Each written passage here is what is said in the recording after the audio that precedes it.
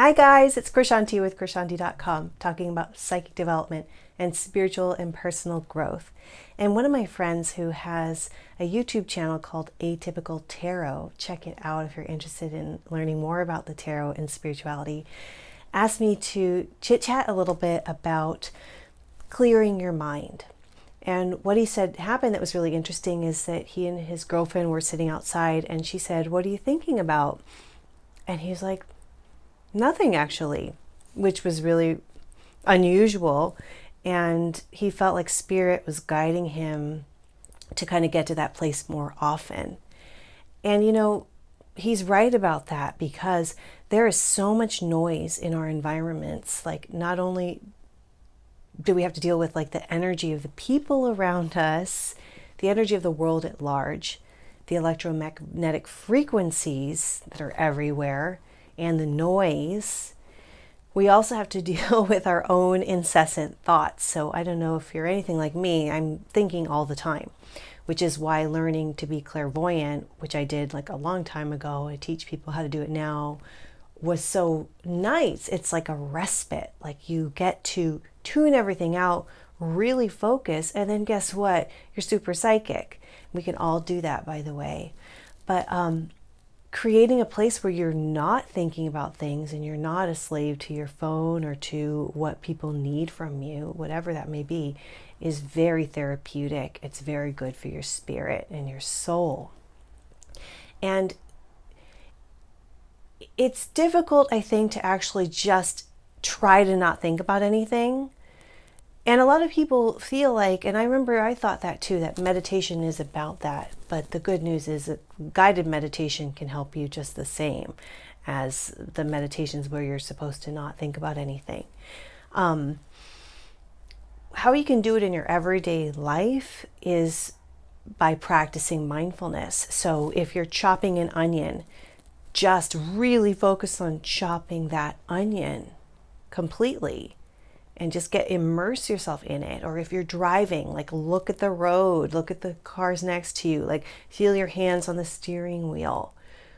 Whatever it is that you're doing, be in the zone. If it's your work or if you're at the playground, I've talked about this before, like look at the children, watch your child play, be engaged, observe, notice everything.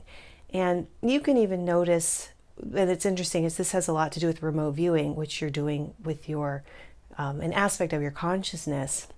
But in real life, really just notice what you might otherwise have thought were mundane details. I don't know if I said that right. I'm trying to think of how to phrase it. So basically, look at something on the wall, look at the lines and structure, the architecture of where you are. Notice everything and just pay attention. And you'll find that actually that can be very interesting to just study a chair or just to study the flow of things. It will help you get more intuitive because it will help you get more grounded and in the present moment. And mindfulness, again, it's a very healing practice. It's very much about being centered and experiencing each moment as it unfolds. Because if you're just, you're chopping an onion, you're thinking about something else, you're not in the moment. You're wrapped up in your thoughts, which aren't really necessarily real. Whereas your physical body holding something and working with food is real. And another thing you can do that will help with mindfulness is listening to music and really paying attention to how the music sounds, to the notes and to the vibration. Be in the moment with that, and it's really fun too. So start out by actively noticing things, by actively listening to music, by actively being engaged and involved in what you're doing to the exclusion of all else, and making your thoughts take the backstage and not let them run the show. That in and of itself will help you. And then to get to that space of thinking about nothing, it's not going to happen for long periods of time. If you could even do it for 5-10 seconds every now and then, you'll be making progress. And then if you can just create that window a little more, or if you find that it's helpful create that window in that space. I have to be careful when I'm even thinking about this and talking about it. I'm like, is it actually safe to be blank? Is it okay to be in a void and to think of nothing? Because even when I do my psychic work, my channeling, my meditation, I'm actively doing something. I'm actively working with my consciousness in one form or another. So to be completely like nothing, it makes you think of people sitting there and staring out into space, and well, that's not okay, right? So that's my own little thing that just came up when I was talking about this. But what can you do, or how can you make that work? I would say if you're enjoying it and you're like, wow, this is so fun to empty my mind, not think about anything, set that up as your meditative practice, and then create that window to just do that. I'm just laughing because I'm like, yeah, it is right. It is good to clear your mind and everything, but it's probably not good to be thinking about nothing like all the time. I'm sorry, I'm like totally cracking myself up.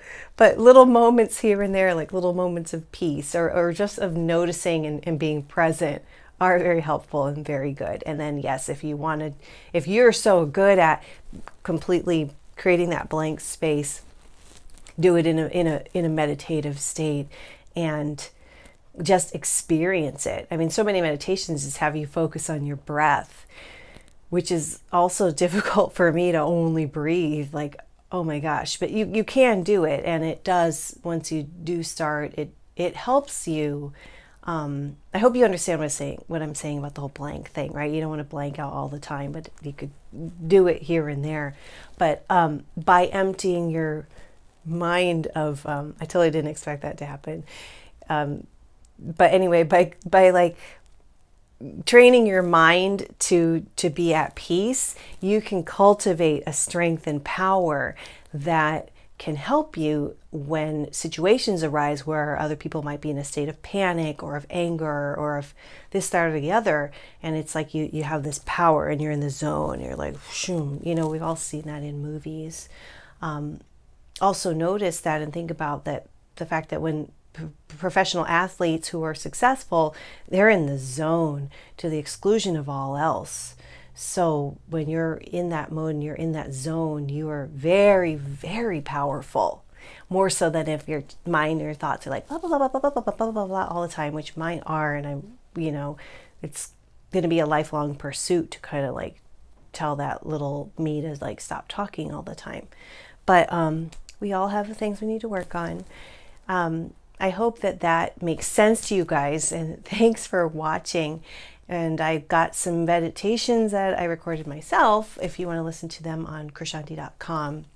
I also have workshops and courses and things that you can take. They'll help you get psychic and to heal and transform and evolve.